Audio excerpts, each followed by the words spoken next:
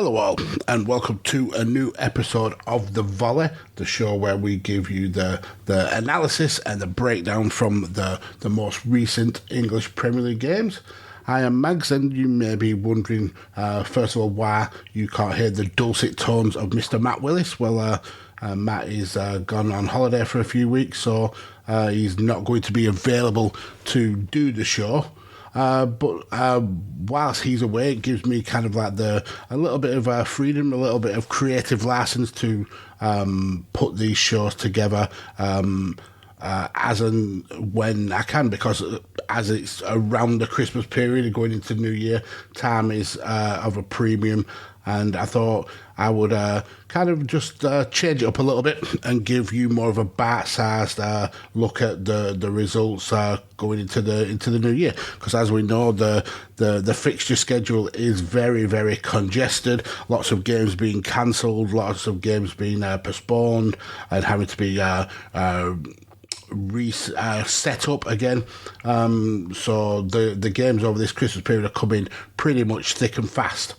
So as I said, I'm going to be doing a more of a bite-sized version, so you'll probably see more than one episode of this drop over the period that Matt is away. I'll be essentially getting my thoughts and viewpoints down pretty much the days of the matches, and then uploading as soon as I get a chance.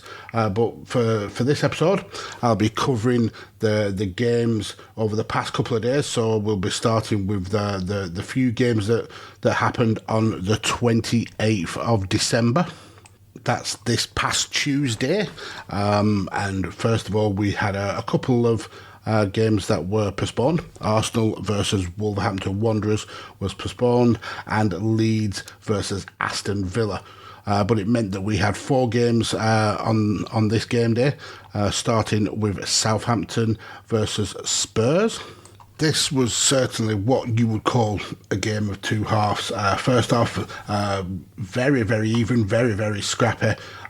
Spurs had 53% of the first half possession and registered only 4 shots in that period. The sides went in at half-time level, one apiece. The scoring opened by James Ward-Prowse, who's hitting a real kind of purple patch, not just in terms of his dead ball tactics and skills, but even now with his in-play performances, scoring some wonder goals. And this was a great swerving, curving shot that beat Hugo Lloris, beautifully played.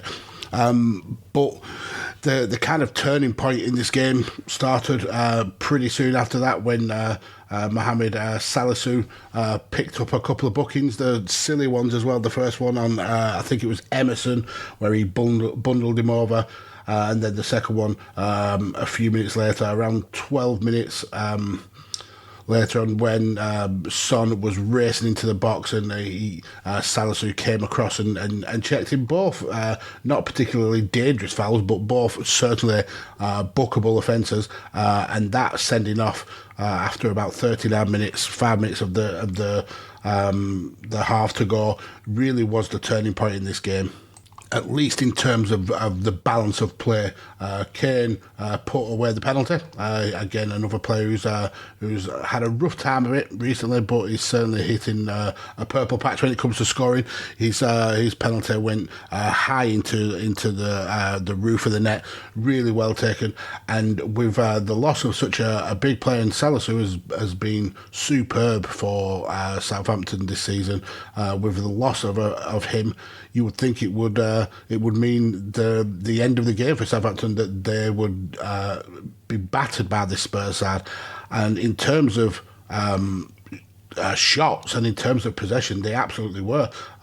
Spurs had the ball 76% of the time in the second half, with 18 shots on goal, which really kind of shown how much this Southampton team missed Salisu once he got sent off. But the problem was converting those chances into goals. Spurs did have the ball in the net a couple of times. First with Kane, and a really well taken finish, being ruled offside for VAR. For me, that was a very, very tight call, and it looked as if the arm of Kane, whilst in full sprint, was what was deemed offside. It was razor thin, and then a second goal, and this one was a little bit more cut and dry. Fraser Forster coming out to collect the ball from a Spurs corner. Matt Doherty doing the Kane tactic, and I hate this tactic of backing into a player, but and then kind of pushing your backside out so you create almost like a ramp or like a wedge for that for the player you're backing into to fall over. Kane is an expert at it, draws a lot of fouls by doing that, and it's a horrible tactic. I hate when I see it, but more so for Matt Doherty, because he was doing it to a goalkeeper, and whilst in midair, it was just ridiculous. The ball did bundle over the line, but unfortunately it was for Spurs, and more probably fortunately for Southampton, it was ruled offside, and it was fairly ruled offside. But that didn't stop Spurs from having more and more attacks at Southampton's goal. The Kane and Son both coming very close, but Fraser Forster putting in an outstanding performance. But what it means is that Conte is still unbeaten in his 7 league games. I think it's 4 wins and 3 draws. This was a hard-earned point for Southampton, and Hasenhüttl was very pleased to get to come away with something, especially after Salisu was sent off in the kind of latter stages of the first half. But yeah, a good opening to this midweek session of football, and a great point for Southampton. So let's next go on to Palace versus Norwich, and this ended up being a pretty easy victory for Palace, finishing the game 3-0. Open scoring with Odsonne Edouard scoring a penalty. I think it was Kenny McLean had fouled Will Hughes on the edge of the 18-yard box, and Odsonne Edouard with the pretty easy finish, and he was actually involved in pretty much all of the game. Everything that was that Palace were doing right was going through Odsonne Edouard, and he was the assister for the final 2 goals. The first one was a really well played ball across the box from Edouard, a low cross that was met well by Mateta to get his first goal of the season, beating Angus Gunn on his near post. And then a few minutes later,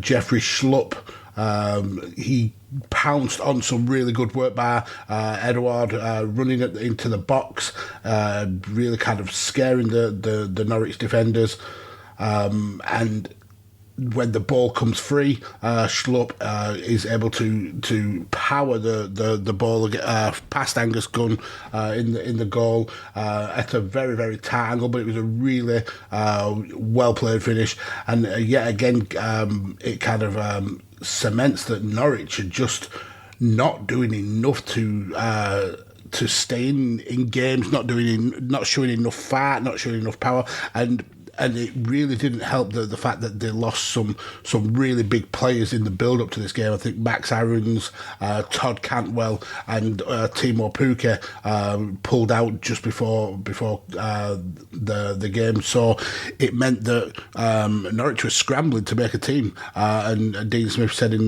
the post-match interview that they had to scramble. They only had 10 senior players, so they had to form a a team from the youth, and I suppose that's no excuse. A lot of other clubs have had to do it, but it just shows how much of an effect this COVID world is having on some of these lower down teams who maybe don't have the strength in depth of a squad like the bigger clubs. And it's ironic that we see managers like Tuchel, managers like Klopp complaining about how hard it is for those teams when they have essentially unlimited resources and squads that are Premier League quality all the way down to the under 21s, and teams like Norwich, teams like Burnley, teams like Leeds are all kind of like really struggling to find a decent first 11. But again, that's not to give Norwich excuses. They were pretty poor in this game, and ironically, they had some of the most possession and most shots they've had in a long while. I mean, we spoke on last week's The Volley of how Timo Pukki only had 23 touches in the last game. Well, in this game alone, Norwich had 12 shots. Granted, not a lot to threaten Guaita in the net. There was one probably decent opportunity when Guaita tipped a shot come cross over the bar with his forearm, but other than that, it was pretty one way in terms of clear cut chances, with Palace having 19 shots compared to Norwich's 12. But the big difference was that Palace had 6 on target, where Norwich could only muster 3 on target. So they just weren't making Guaita work enough. But that cements Norwich firmly on the bottom of the table again, looking into the new year, up at everybody else. So it's going to still be a tough ride for the Canaries. Next up, let's talk Watford versus West Ham. West Ham looking to get back on the winning track in the Premier League, kind of dropped out of the top 4. Which has allowed Man United and Tottenham to catch up there and really helped Arsenal push their way into those Champions League places. Looking to pick up the victory away at Watford. And it started pretty badly for them. Emmanuel Dennis, he's been absolutely on fire, become Watford's talisman almost, and he absolutely skinned Craig Dawson on the edge of the box before firing a well-taken goal into the roof of the net. And it looked like that West Ham were going to struggle. That goal coming after 4 minutes, and it took almost half an hour for West Ham to be able to peg that back. Saeed Benrahma was very unlucky early on with a shot that rattled the bar from about 30 yards. But eventually the equaliser did come. When Jared Bowen, who had a scintillating game, he picked out Thomas Souček, threaded the ball through to him, and Souček was able to finish within the 6-yard box. And then Saeed Benrahma got the goal that he absolutely his performance deserved with a deflected shot. The game was pretty much put away then on the hour mark when Bachmann went for a challenge on Bowen. Bowen was kind of running away from the goal towards the corner flag. Bachmann kind of threw himself at Bowen's leg rather than the ball. VAR giving the foul. And Mark Noble was able to comfortably put the ball away and put the game out of reach of Watford.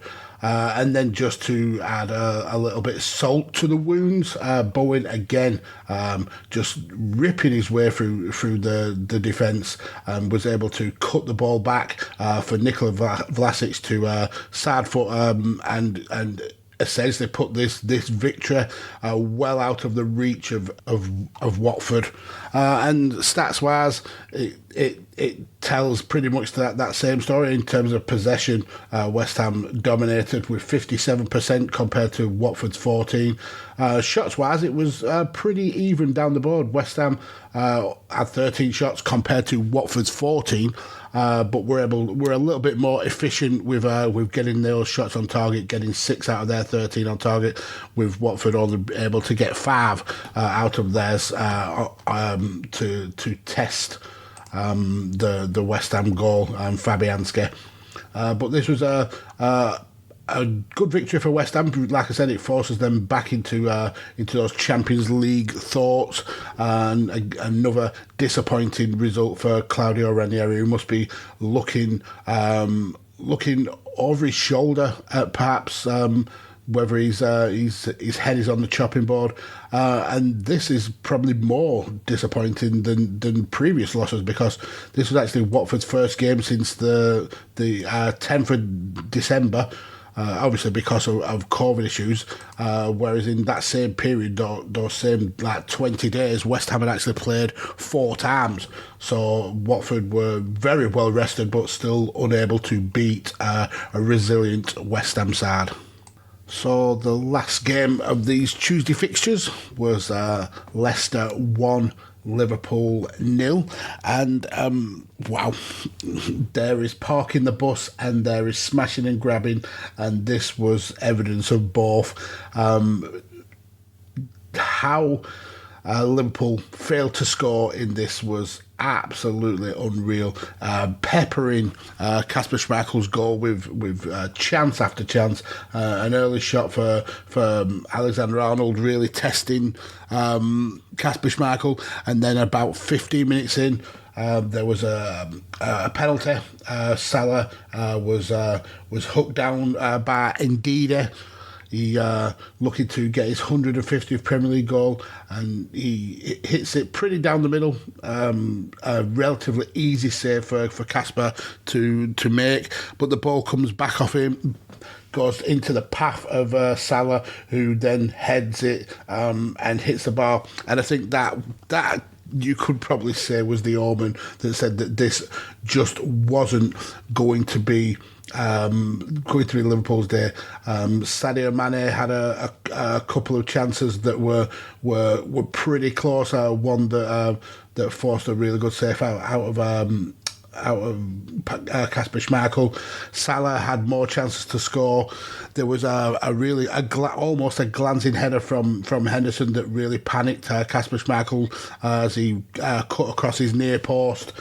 But yeah, it was all pointing to this being going 0-0. Nothing that Leicester were doing looked very threatening outside a break from Vardy, who teed up for Maddison to slice a shot across goal. But yeah, it was looking relatively safe at Alisson's side of the pitch. And all the chances were coming from the Liverpool end, with Jota heading wide, Van Dijk having a shot. But this Leicester team are wily, and whilst they've been kind of struggling of late, really not being able to get any meaningful form, trading wins, losses and draws, Amendola Lookman, he's hitting a pretty purple patch of form, and he was able to take Dewsbury Hall's pass perfectly in his stride, whips past Joe Matip and rifles his shot past Alisson. And in terms of stats, that's all that they needed, because Liverpool had 63% of the ball, 21 shots, 4 on target. Leicester had 37% of the ball, 6 shots, and only 1 on target. And it was that one that is the difference maker in this. Really puts a dent in Liverpool's title aspirations. And they would certainly be looking at the upcoming fixtures with Chelsea and Manchester City, who were taking on Brighton and Brentford respectively, that they would be able to slip up and drop points, because Liverpool, as of as of now are 9 points off the pace of Man City with a game in hand. But yeah, a bad day at the office for Jurgen Klopp's Liverpool, and Leicester looking to kind of push back towards those European places. So then next up, we do have that one of those title challenges, Chelsea taking on Brighton. Again, Brighton who started to get a little bit of form, got a win recently after being essentially the draw specialist, and that was their first win in 12, and meeting a Chelsea side that have been, I wouldn't say off form. They certainly haven't been losing games, particularly that much, but they have been showing that they are not infallible, picking up draws and really kind of dropping off the pace that has been the early pace that they set and that has been taken over by Man City, and they got again smashed and grabbed by Brighton. Probably not so much in the same vein as Leicester did with Liverpool, but Chelsea at Stamford Bridge got a 1-apiece draw with Brighton, and Lukaku opened the scoring after 28 minutes with a great cross from Mason Mount and a really kind of bullying header. But even before that, Chelsea had multiple attacks on Sanchez's goal. Sanchez was incredibly busy for the first half an hour with Rudiger, Alonso, and even Azpilicueta coming pretty close. But this wasn't a one-sided game by any stretch of the imagination. Brighton had plenty of their own chances, 18 chances in total, but it looked like we were going to see a typical Brighton performance where they played some really nice looking football, but were unable to get it done in the final third, and that was until Danny Welbeck popped up, met Cucurella's chip cross, and after a decade of trying, was finally able to score a Premier League goal against Chelsea with a deft little header which beat Mendy. And Mendy had looked pretty solid all game, to be fair. I mean, he's had a few games now recently where he's looked weak almost, or he's made some very costly mistakes. In this, he looked pretty strong. There was a couple of shots that were goal bound, and he had some great saves pulled out of him. And Chelsea could have easily gone on to win this game as well, with Hudson-Odoi racing and splitting the defence, and he only had to pick out Mason Mount, and if it wasn't for a well-timed interception by Joel Veltman, that ball was goal-bound certainly, and a really poor pass from Hudson-Odoi. He should be really disappointed with himself. So stats-wise, it was Brighton who had the majority of the ball at Stamford Bridge, which is shocking, really.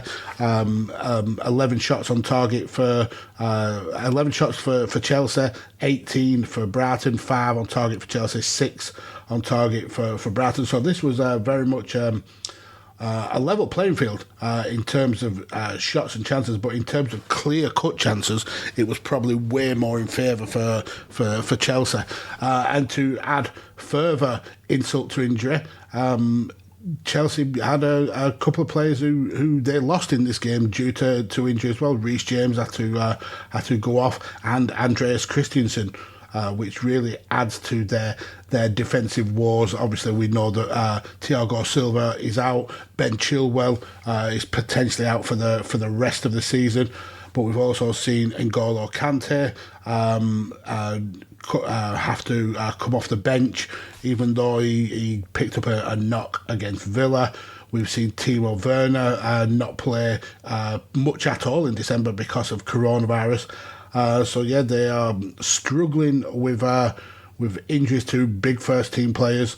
And then we get the news that Lukaku, whilst being in a purple patch of form in front of goal, he's got his eye turned at maybe returning to Inter Milan, not happy with the way the formation is played, and doing his job as a professional, but certainly wanted to return to Inter, saying he loves the club and that his ambition is always to go back there. So not a good day at the office for Chelsea whatsoever.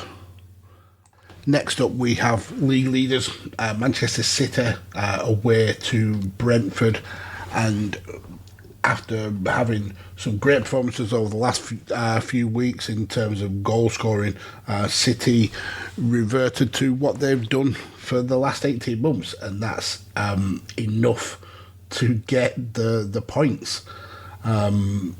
This is the for me, it's always been the mark of a title winning team when things aren't going quite your way, you are able to get the rub and the luck, as opposed to get the points when you are maybe not as clinical as perhaps you've been in other games. In terms of stats, City dominated in pretty much every metric. 76% of the ball, 12 shots to Brentford's 6, 3 shots on target to Brentford's 2. But in the early going of this match, it looked like Brentford were going to kind of return to the kind of form where we saw them beat Arsenal and get a thrilling draw against Liverpool. They've really kind of played well against these bigger clubs.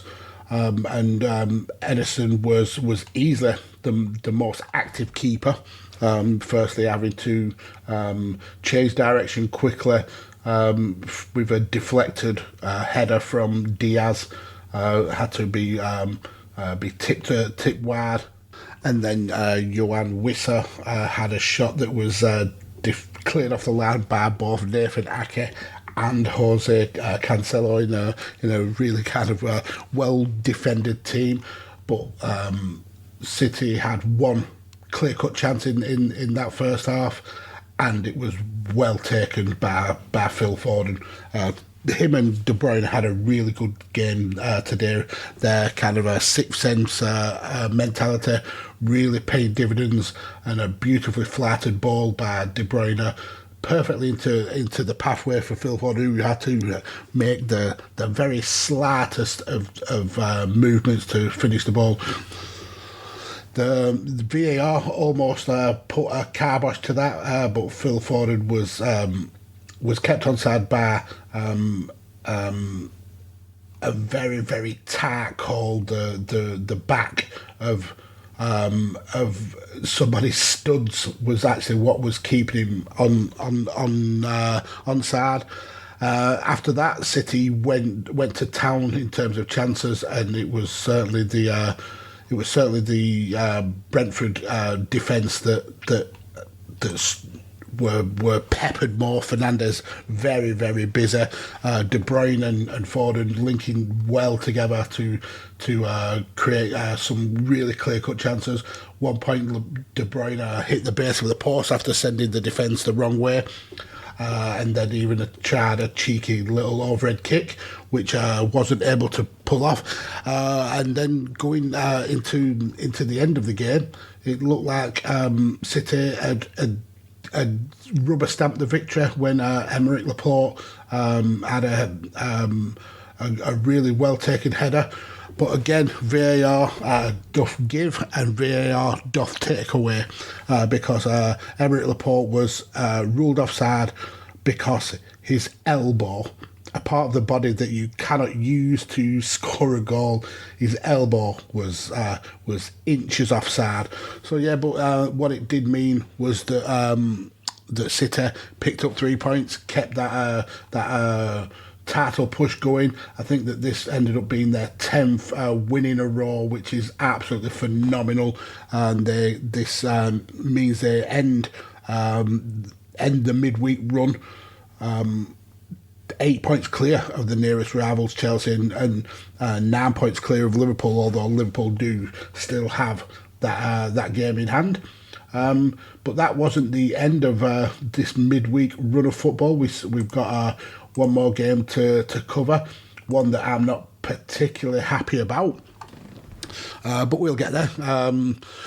But the Thursday games, yesterday, the 30th, it started with Everton versus Newcastle being postponed due to COVID, but then we got Manchester United 3, Burnley 1. Burnley's first game in 5. We've had 4 games postponed due to COVID and injury related.